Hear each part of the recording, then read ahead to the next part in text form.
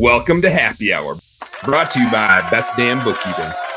One of the things I find too is we're also worried about increasing our pricing or changing our pricing.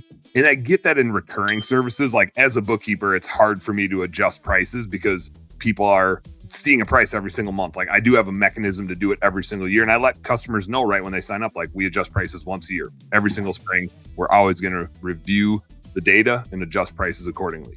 And I think that's super important, is to like let your customers know in advance that prices are going to change. As long as it's kind of like when I go on a hunting or fishing trip, as long as I let Marty know far enough in advance, she's fine with it. But if I drop it on her and be like, hey, by the way, I'm going with Trevor and we're going to go do this next week, she'd be like, what the hell, dude?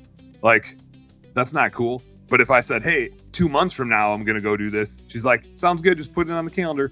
And pricing is the same with our clients, right? As long as they know in advance how our pricing works, and it's not a surprise to what you said, Trevor, is like you might have more wiggle room than you think.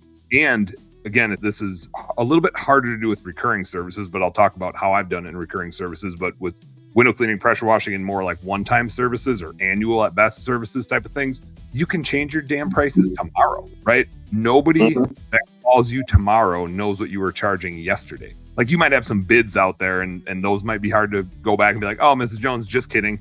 It's going to be $700 instead of $500 or whatever it is. The only downside to changing your price is like the administrative work in your CRM. It gets a little trickier when you're bigger and you've got more of a price list and whatever to change. But people are so tentative to change their pricing. And man, you can change your prices every day. And again, that's back to the market rate. Like that's how you figure out what the market rate is.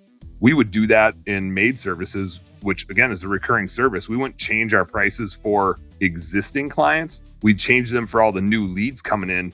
And we'd do that for like a month and we'd screw around with it and try like really high. And then we'd call competitors and we'd try to figure out how high we could go where it wouldn't really damage our conversion rates. Once we figured that out, we figured out what the market was willing to pay.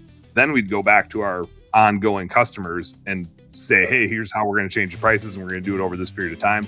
But you can use tomorrow's phone calls to learn what the market price is and start adjusting your prices to figure out where that market is. Hey, home service heroes, thank you guys so much for tuning into our home service happy hour content today. I sure hope you learned a little something, and I sure as heck hope that it was entertaining. If you did find it fun and entertaining, make sure you like and subscribe to the channel for more cool, fun, entertaining business content. And speaking of which, stay tuned. There's a little more here and a little more right here. Check it out.